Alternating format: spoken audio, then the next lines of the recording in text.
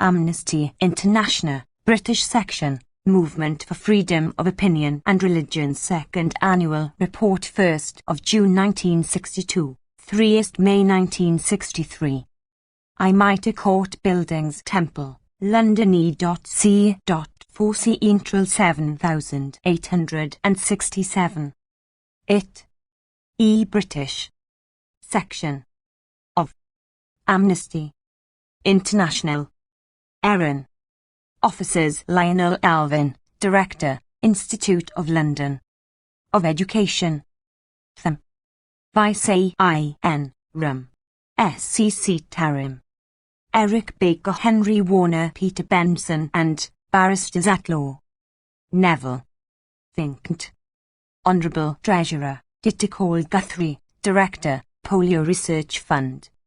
Trustees of the Prisoners of Conscience, the Right Reverend the Bishop of Birmingham, Anglican, Professor Richie Calder, Humanist, Ian Gilmore, MP Conservative, the Reverend Dr. I. Grundfelkel, Jewish, F. Elwyn Jones, Goosey, MP Labour, Sean McBride, SC Island, Dr. Ernest Payne, Baptist, the Most Reverend Archbishop Roberts, Roman Catholic, Jeremy Thorpe, MP Liberal. Heads of Departments. Secretary, Albert Lodge. Library. Mrs. Crystal Mann. Local Groups, Mrs. Marley Steeds. Membership, Mrs. Marna Glynn. Relief, Mrs. Edith Singer. Administration, Miss Christine Chutton. Fond. Object of Amnesty International. The 8% in Y movement is composed of peoples of all nationalities, politics, religions and social views. WLM are determined to work together in defense of freedom of the mind. Spread of a dictatorship, the tensions that have resulted on the Cold War, and increasing cleavage between races of different colour, have combined to make state persecution of the individual the gravest social problem of the Aeolios. The principal object of AMNESTV is to mobilize public opinion in defense of those men and women who are imprisoned because their ideas are unacceptable to their governments. It has been formed so that there should lie some central, international organization capable of concentrating efforts to secure release of these prisoners of conscience, and to secure worldwide recognition of Articles 18 and O of the Universal Declaration of Human Rights. Essentially an impartial organization as regards religion and politics, it aims at uniting juntips in different countries working towards the same end: the freedom and dignity of the human mind. The British section of Amnesty International. Officers: Lionel Alvin, Director, Institute of London of Education. University. Chairman. Retrees: Eric Baker, Henry Warner, Peter Benson and Neville Vincent, Barristers at Law. Honourable Treasurer Duncan Guthrie, Director, Polio Research Fund. Trustees of the Prisoners of Conscience. CND. The Right Reverend the Bishop of Birmingham, Anglican. Professor Richie Calder. Humanist. Ian Gilmore, MAP. Conservative. The Reverend Dr. L. Grundfeld. Jewish. F. Elwyn Jones, QC. Labour. Sean McBride, SC. Ireland. Dr. Ernest Payne. Baptist. The Most Reverend Archbishop Roberts. Roman Catholic. Jeremy Thorpe, my. Liberal. Heads of Departments. SC Secretary, Albert Lodge. Library. Mrs. Crystal Mann. Local Groups, MN. Marley Steeds. Membership, Mrs. Marna Glynn. Relief, Mrs. Edith Singer. Administration, Miss Christine Chutton. Objects of Amnesty International. The Amnesty movement is composed of peoples of all nationalities, politics, religions and social views who are determined to work together in defense of freedom of the mind. The spread of dictatorship, the tensions that have resulted from the Cold War, and the increasing cleavage between races of different color, have combined to make state persecution of the individual the greatest social pain of the 1960s. The principal object of amnesty is to mobilize public opinion in defense of those men and women who are imprisoned because their ideas are unacceptable to their governments. It has been formed so that there should be some central, international organization capable of concentrating efforts to secure TLW release of these prisoners of conscience, and to secure worldwide recognition of Articles 8 and 19 of the Universal Declaration of Human Rights, essentially an impartial organization as regards religion and politics. It aims at uniting groups in different countries working towards the same end, the freedom and dignity of the human mind. Chairman's Introduction. This is the second annual report of Amnesty, an organization that began as an almost quixotic personal protest and in a very short space of time has become an international movement. The report shows something of this development. It shows the growth of the organization, with the great increase of the local groups, each helping 3 people imprisoned for exercising the right of free men to speak their mind in matters of politics and religion. It indicates the need now to devise a national structure for our work that is part of the larger international whole, for which until now we in Britain have been largely responsible. It shows how we have reached the point where we have to define rather more clearly the areas in which we want to work. It describes their attempts to draft a code of conduct for the treatment of prisoners of conscience by their governments. It indicates our relations with other organizations. But most important, it tells something of what WC have cloned to help those who have been penalized for the non-violent expression of their views. As the report says, it is difficult to evaluate the degree of our success. Sometimes, where we seem clearly to have failed, the long-term consequence of a demonstration that some people care about. Essential human freedoms may nevertheless be real sometimes. When action by amnesty has been followed by the release of a prisoner of conscience, it is always open to argument that the release would have come anyway, whether we had intervened or not. But by and large the importance of our role is clear. The decisive test is what the victims of repression themselves think and say. We know that our action gives them new courage and practical help, and they say so. If success or failure in any particular case is difficult to evaluate, the measure of our appeal is not. Like others, I joined Amnesty for a very simple reason, because in spite of many other commitments I felt I must. Some of our members have experienced persecution directly, in their own persons or in their immediate circles. Others, among the more fortunate, have not done so, but precisely because they are conscious of their good fortune feel that they must do something, however little it may seem, to help those who are paying the penalty of bearing witness to what they believe. The appeal cuts right across normal divisions in politics and religion, and that is our strength. There are other organizations that are working within some more limited ideological framework for aid to those of their own particular persuasion. Our strength is that in such matters we take no sides at all. We base ourselves on a broad and basic human principle, that everyone, if he will concede the same to others, has the right to non-violent expression of his beliefs. We have been amazed at the answering chord this has struck in so many people who, as this report shows, have been willing not only to join but to work for such a cause. Amnesty is still a small, and financially a struggling, movement. But we stand for something of crucial importance, and our voice is beginning to be heard, in the press, on the radio, in public discussion, and above all in the coin room and the jail. We are beginning to become what we wish to be, the Ombudsman of the imprisoned conscience everywhere. Lionel Elvin. The International Movement. The constitution of the movement was approved at the second international meeting held at the Château de Mail, near Bruges, Belgium, on 29th and 30th of September, 1962.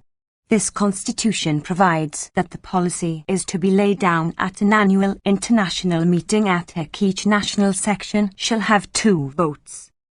The name of the movement was altered at the Bruges meeting from Amnesty to Amnesty International. The reason of the change was to emphasize the worldwide basis of the movement's work and to differentiate it from the various amnesty campaigns organized in respect of individual countries, usually by supporters of a political party formerly in power. It was agreed, for the time being, that the office of the British National section should act as the international secretariat. The third international meeting will be held at the Adam Stegler House, Königswinter, near Bonn. It is being organized by the German section, just as the second meeting was planned and financed by the Belgian section. Code of Conduct towards prison. ZS. Of conscience. The principal decision at the Bruges meeting was to draft and publish a code of conduct which would lay down safeguards about the arrest, remand, trial, appeal, imprisonment and detention of prisoners of conscience. The first draft was prepared by a lawyers' committee at Bruges. The draft was then circulated to national sections. FBR comment. Numerous amendments were made, many of them in the light of the experience of members who had actually been in prison or concentration camp. The Code of Conduct was published in accordance with the decision made at Bruges on December 1962, Human Rights Day. The ceremony of publication took place in the Lord Chief Justice's courtroom in Great Britain. Summaries of the code were published in all 5 continents by the press and broadcast by many. 4. Radio stations. The full text has been translated into most of the principal languages of the world and is available at the London office. The code, which acts as a bridge between the Universal Declaration of Human Rights, valid in peacetime but rarely honoured, and the Geneva Red Cross Conventions, valid in wartime and usually respected, has attracted wide attention. Copies were forwarded to all governments. It is perhaps significant of the times that a number of assurances have been received that the code is being applied from countries where it is not, while those nations which might be expected to honour it are making a serious study without committing themselves. The code, which involves the principle of international Red Cross inspection of prisons and detention camps, is being published in the IRC magazine in 4 languages. Cooperation with other organizations, as with the International Committee of the Red Cross, with which contact is maintained over many questions of mutual interest. Amnesty International cannot involve itself in political activities. The movement is always prepared to assist any person who falls within the definition of prisoner of conscience, whatever his politics or religion or race, and his dependent family. To this end it is pleased to receive information from any quarter during the course of this year. Facts about prisoners and prison conditions have come from almost every conceivable source, varying from one government denouncing another to minuscule letters smuggled out of prison legible only by microscope. The movement maintains regular contact with the human rights divisions of the United Nations and of the Council of Europe, and gives whatever assistance it can to these bodies. Amnesty International's constitution specifically enjoins it to use its best endeavours to secure universal respect for the UN Declaration of Human Rights, and in Europe for the European Convention on Human Rights.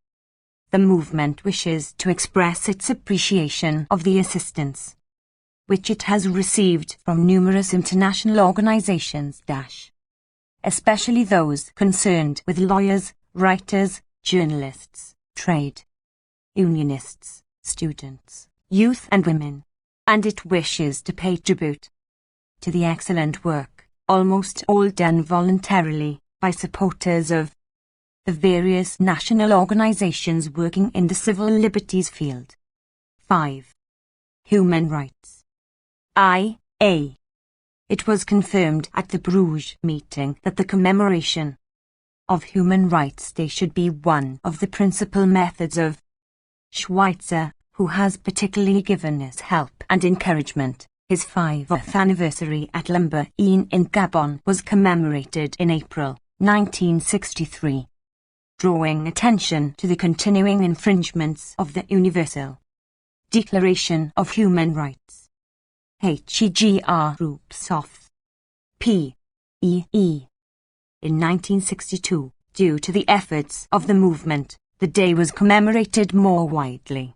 Many radio and television corporations responded to an appeal to transmit special programs on or about Loth December. The Dutch television corporation KPRO made a film of the work being carried out in the London office, which created wide interest among televiewers in Holland, Belgium and Germany. More than 2 letters were received as a result by the Dutch section. In London, the ceremony of presenting a ceramic plaque of the Amnesty candle to be delivered to the prisoner of conscience of the year was widely reported all over the world. The prisoner selected as an example of prolonged suffering for conscience was Khan Abdul Ghaffar Khan, a Muslim disciple of Gandhi and leader of the Pathan Home Rule movement. The director of prisons of Pakistan responded to a request to allow the plaque to be delivered to him his son. Special anthologies of poetry and music suitable FBR Human Rights Day ceremonies were prepared and distributed to IOOT British schools. Numerous churches, temples, synagogues and mosques made use of the prayers, Bible readings and sermon notes produced for the occasion. Several radio systems broadcast the prayers on Sunday, 9th December. AM and FIST YNTRN81 on AI in addition, published a little booklet entitled A Time to Keep Silent and A Time to Speak With.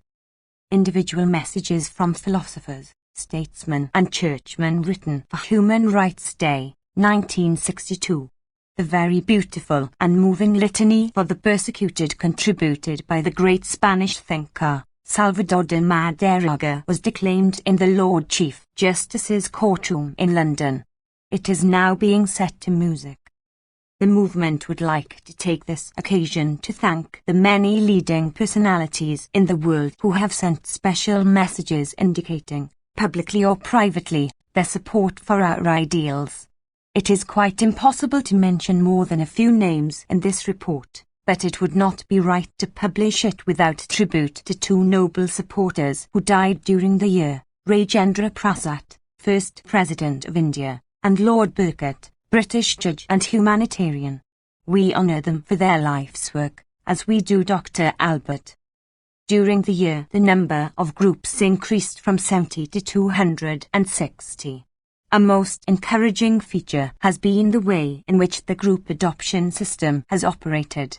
The task facing a group which has adopted 3 prisoners of conscience and their dependent families is not an easy one. Very often little is known about the prisoners' whereabouts or circumstances, and governments are not normally willing to disclose these details. But, gradually, over the TLW year, by sheer persistence and the multiplication of effort by an increasing number of groups, governments have begun to realize that this movement's efforts are not designed to rivet them, but only to persuade them to honor the international obligation which they have voluntarily accepted, the Universal Declaration of the United Nations. By stressing that the group is not aiming its criticism at one particular country, but working with equal energy for 3 prisoners in entirely different countries, with opposite ideologies. Our groups have been able to obtain the grudging assistance of governments and in some cases the actual liberation of their adopted prisoners.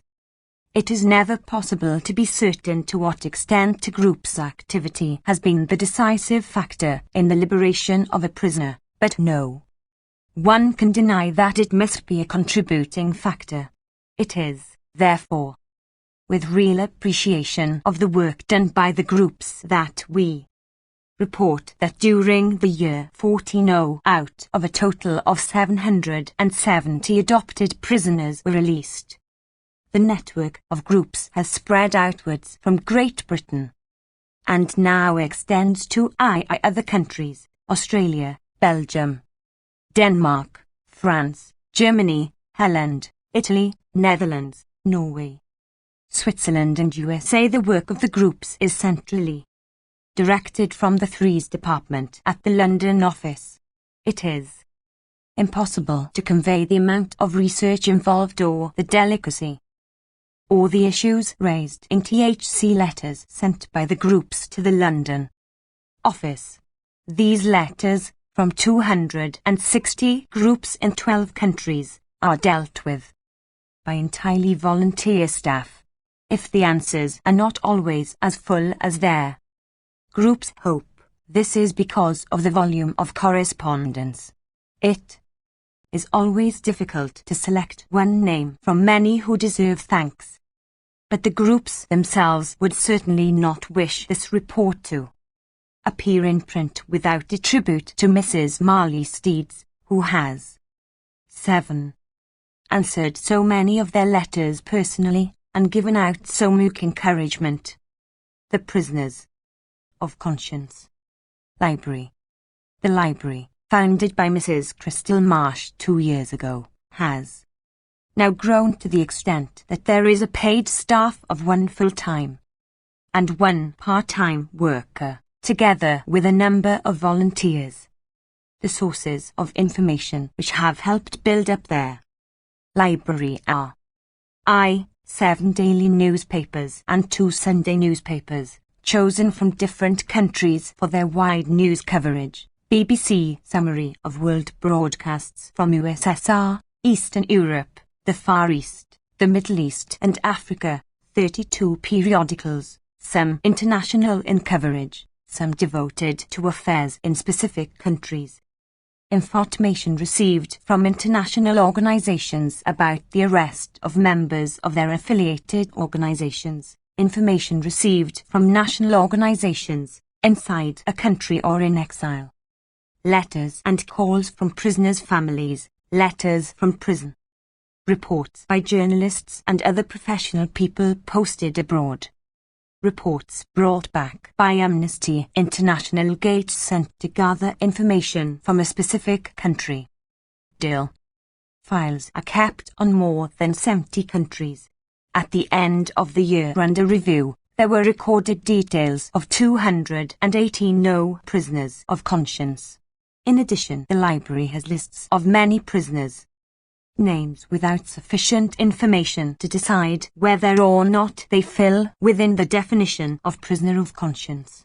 And the library also records material about those who are in prison for political offences without being prisoners of conscience, such as persons on their losing side in a civil war.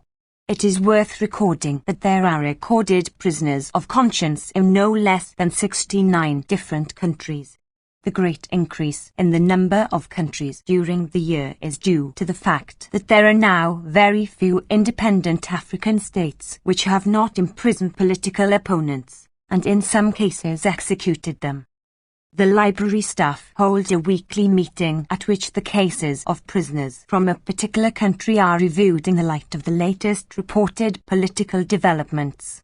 Recent visitors to the countries and experts in their affairs are invited to attend these 8 meetings to give guidance.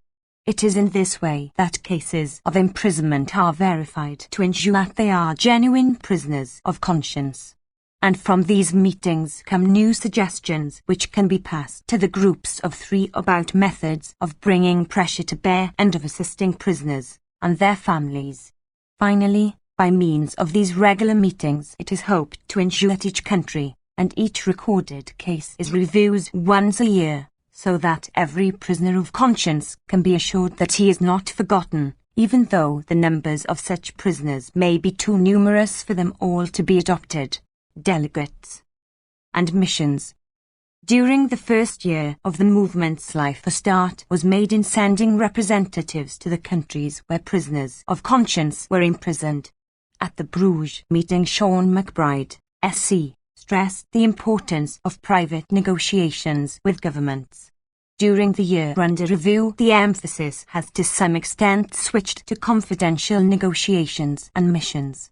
It is for this reason that the term delegate used by the International Red Cross is now used to describe Amnesty representatives, since the Red Cross movement has a tradition of keeping its missions and reports confidential. This does not mean that the technique of publicity has been abandoned, but whether or not publicity is used, and the extent, is now decided according to the circumstances in the particular country. Newspapers and radio stations are still encouraged to publicize individual cases of suffering, and the library has supplied a good deal of material to the press in many countries in response to special requests. There are many organizations which devote themselves to attacking and exposing repressive and discriminatory legislation in particular countries.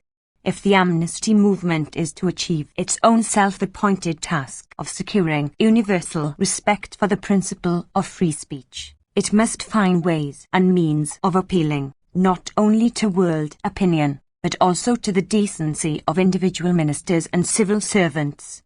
These appeals are often best made privately. One of the really significant developments in the year's work has been the dispatch of several such private missions by the groups of 3.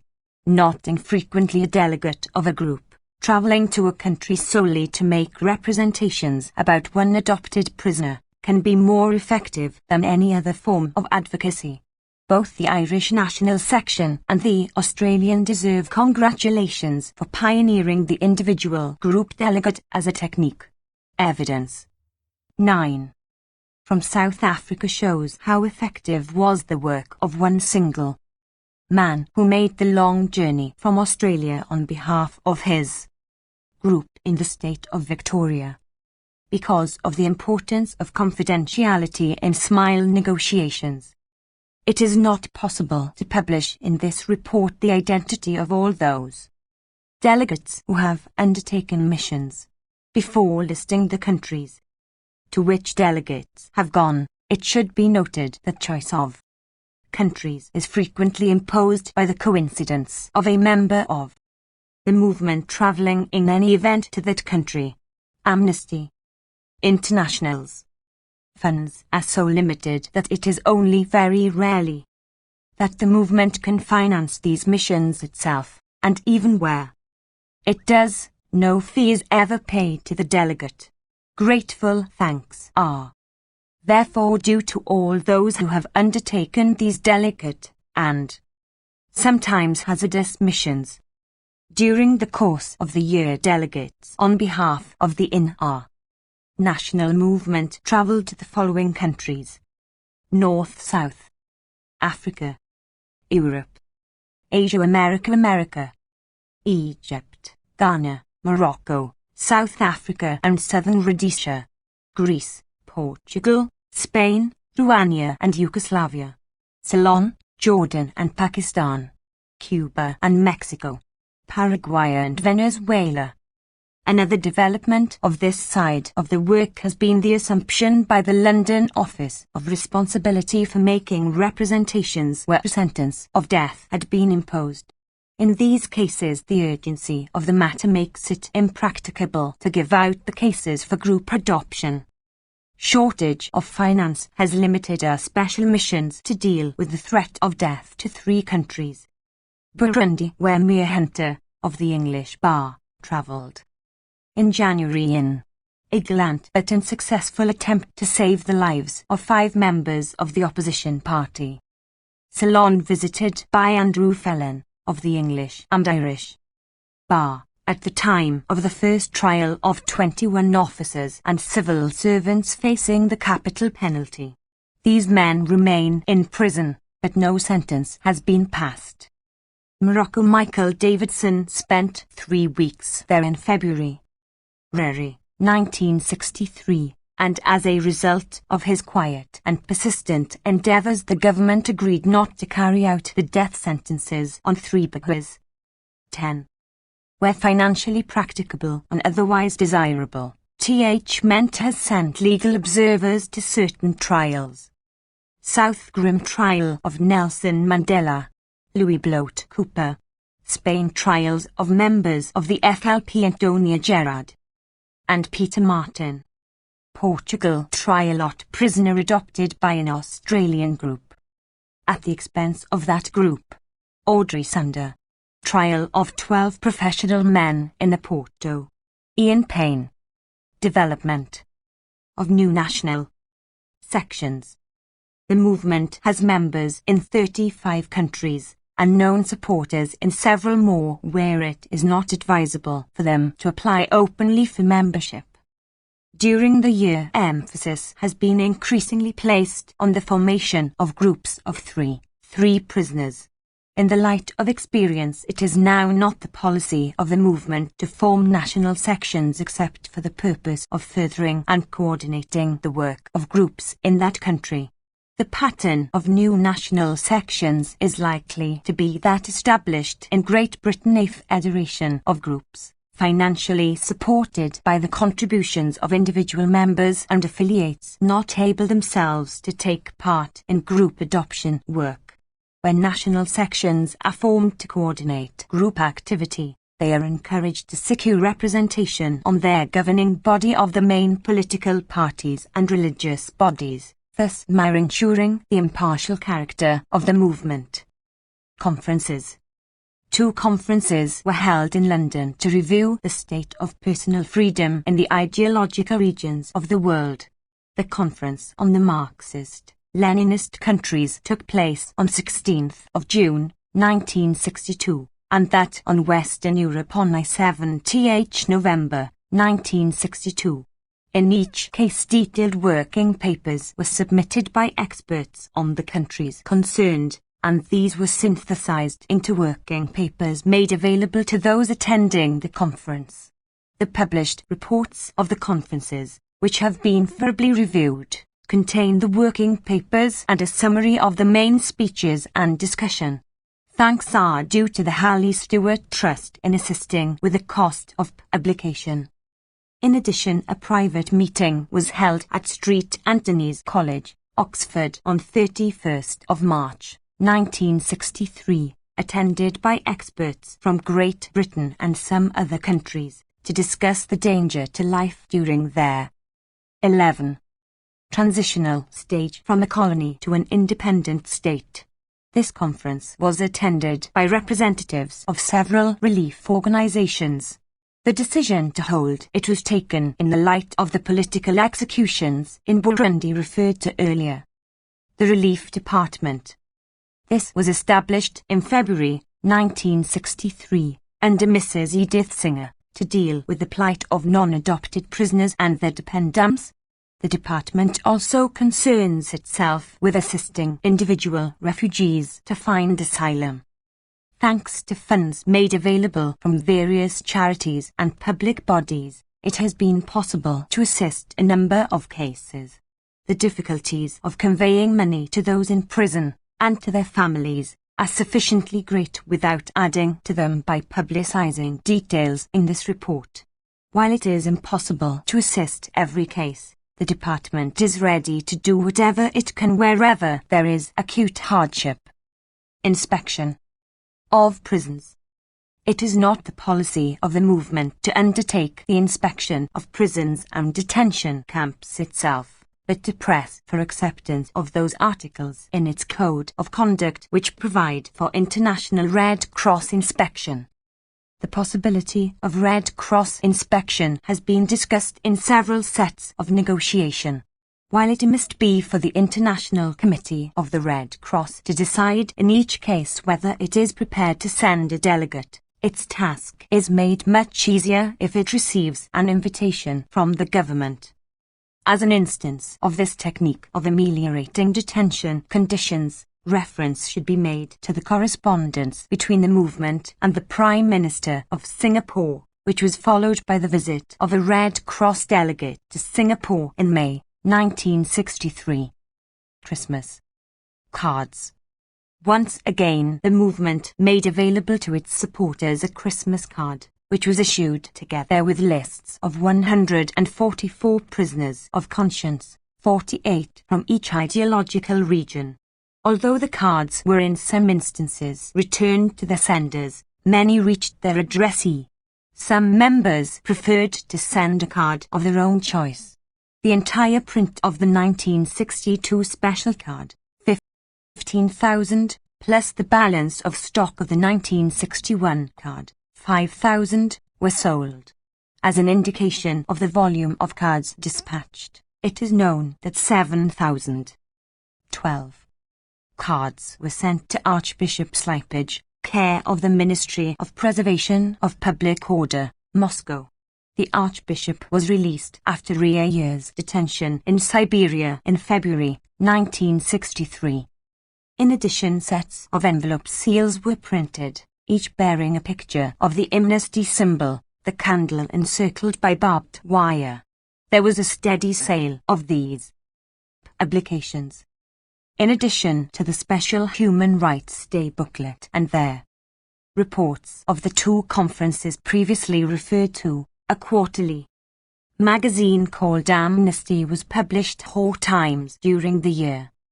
After the spring issue in 1963, it was decided to substitute this by a multi-leaved bulletin giving those who work in groups and individual members news about the development of the adoption technique, relief work, and of missions abroad.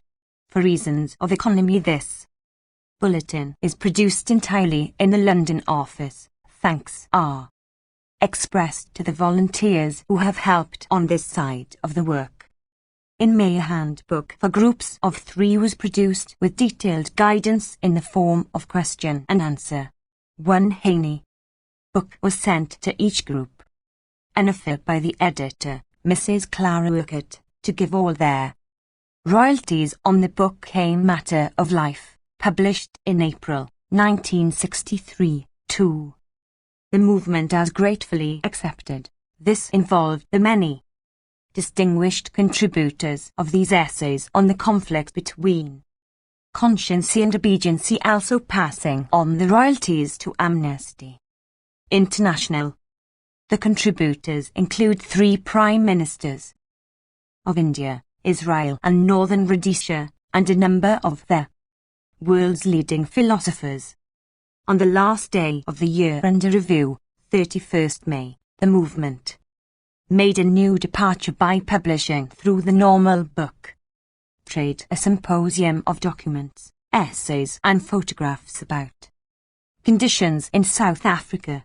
The book, entitled One Will Still Be Moved, is edited by Mrs. Marion Friedman and published by Arthur Barker Limited. All the royalties are destined for prisoners and families in South Africa and refugees in the protectorates. Finance. The question is often asked, how is the movement financed? TLW answer is almost entirely by the subscriptions and donations of members living in Great Britain.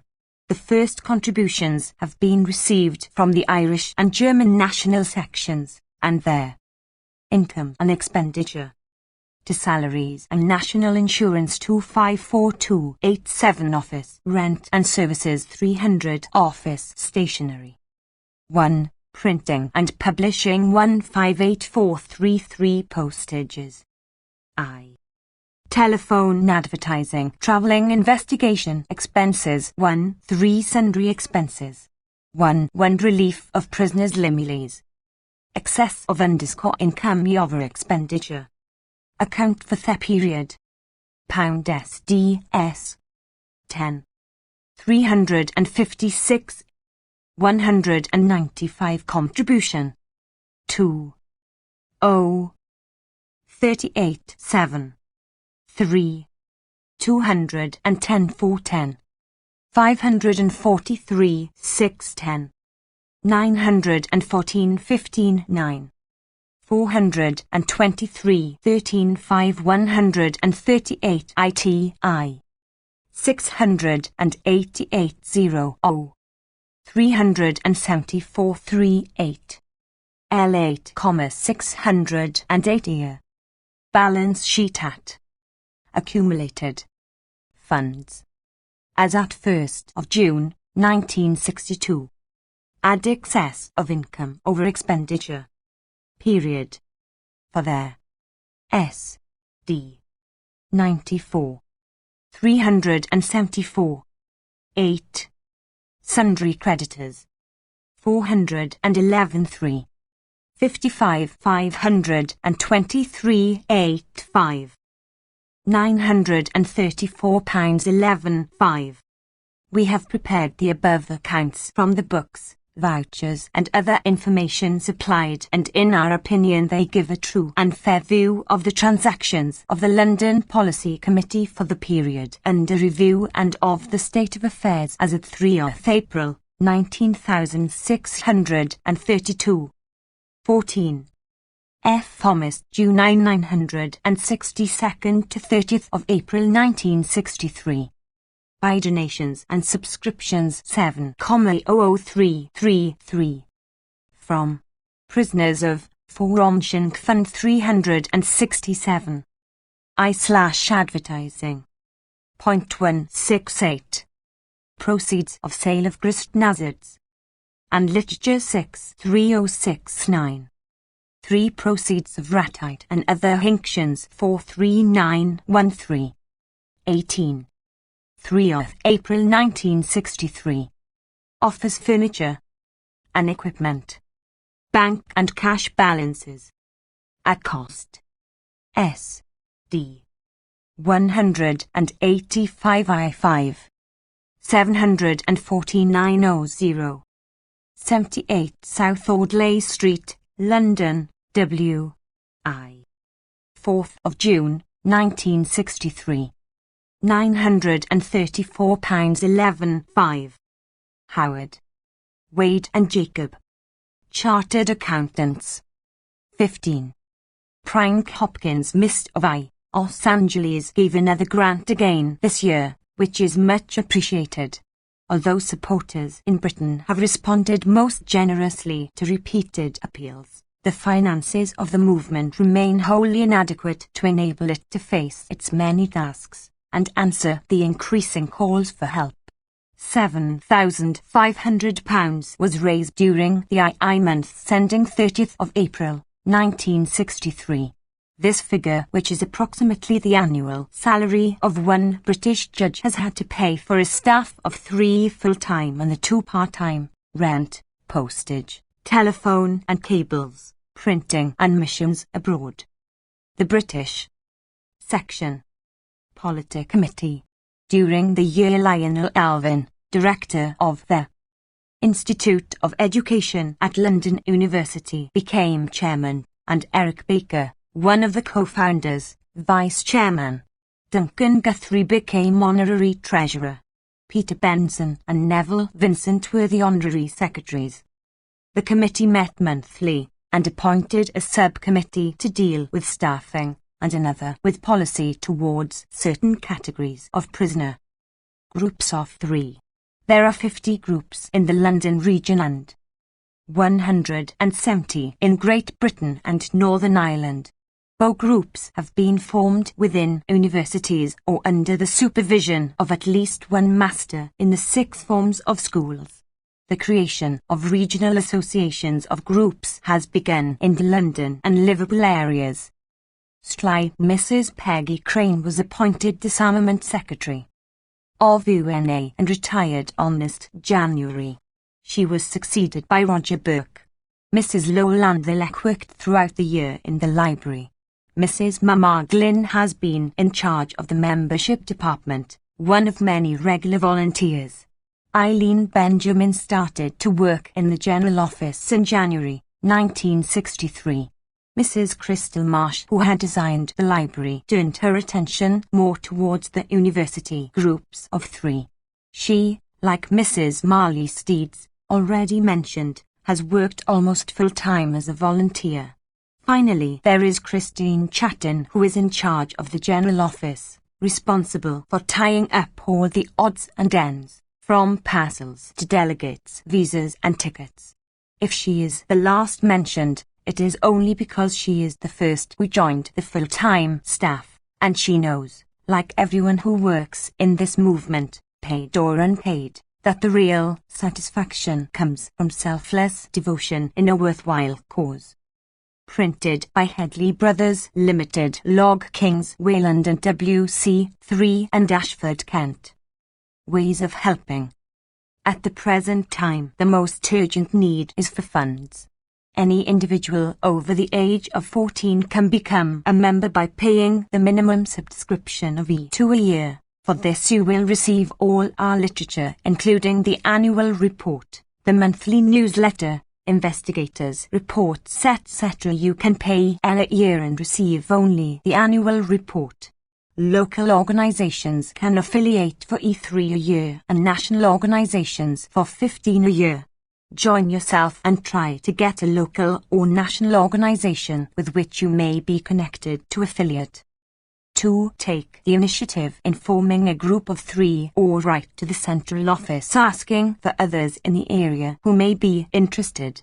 3 families joined together make the basis for a good group, but local organizations may also be interested in adopting 3 prisoners and their families.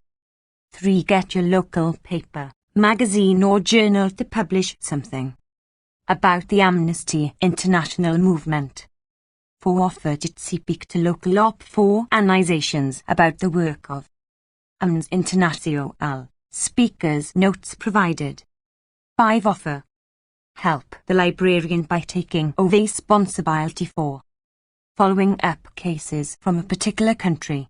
His is only practicable for those who live in the London area. Donations made to the Prisoners of Constance Fund by way of 7-year covenant rank for recovery of tax at the standard rate by the fund, as it is a registered charity. Donations may be earmarked by the donor for the relief of Spec C prisoners, otegals or nationalities. H/F IFQ AB I2I Minutes HTJ Tequil. Although 1. Stipot in Tespimd Nuoi 2 in Etimbitalipitid appeal. The linet of MC Tomun, Imam wholly inadequate. Enable it to la Ilidni. Nidansa DUI increasing calls Mr. Rindp. Raise DMing the G-month sending till 1061. Which is Moxamich. The Itintial CLTR. Nimi British it doye has had to pay mount a stall of in time and 2 pal titim rent. Postage. Tgleven. AIDS, printing and missions abroad. BRII1ST, say. N. Wit. Dining the year Lionel LVI. Direct. I may I toot zit. London University. Dratilk. Liatz. And Frit. Baker, one of the 2 founders, vice chairman. Dim, and Guthrie Ikamk Limeri treasurer. Peter Bunanson and Neville He. I/RTHIA honorary secretaries. Ear. Nitty Met Montleth, and WPM Hid Dual with stalling, and another VTIPT. Tiny. TC. Zs, if Prisfiley. Group /of 20 JLL, semicolon ra.t. For Lialet LT2, semicolon net. In the Haiti. I. And Rilshiw. North Run. Ililalitai. N. 4, Ips, Le Uwi Men. Fortenvithe, Exitexr. Under the supervision H. At least you. Master it the sixth forms of Sclym 1. The creation, l'original. Esok and discomsions flee higher oops has biggie an in the milon, netlip clip high, inects. Stag. Mrs. Peggy Crane /ads, appointed disarmament. Set CM, V. Of UI.N.A. And retired on 1st. S. Elic. Zelict. Ing. Still. Burke. Mrs. Obtain, lick milked throughout the year at the him. Mrs. Manor Glynn has been in charge, tithe membership department. One of more regular volunteers. Eileen Benjamin started to work. In THG Nal, Mice in January, Mrs. Crystal Marsh who has just lined MC Library turned her attention more towards their Dotps Itira. Slit, like MTS. Lally Steeds, already mentioned. Kiss worked almost as a volunteer, filially. There is Christa Chatton who is in charge of Thursday +1 in Krill office. Responsible for tying up all the odds and ends, from parcels to delegates' visas and tickets. If she is the last mentioned, it is only Bicatity she TZ T Lickirsto join. The Tiatiat. Beautiful. Aml she knows.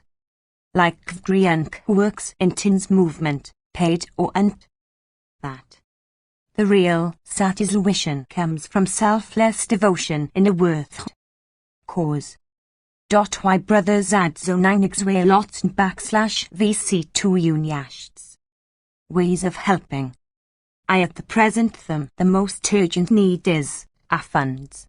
Any individual over the age of 14 can become a member by paying their minimum subscription of £2 a year.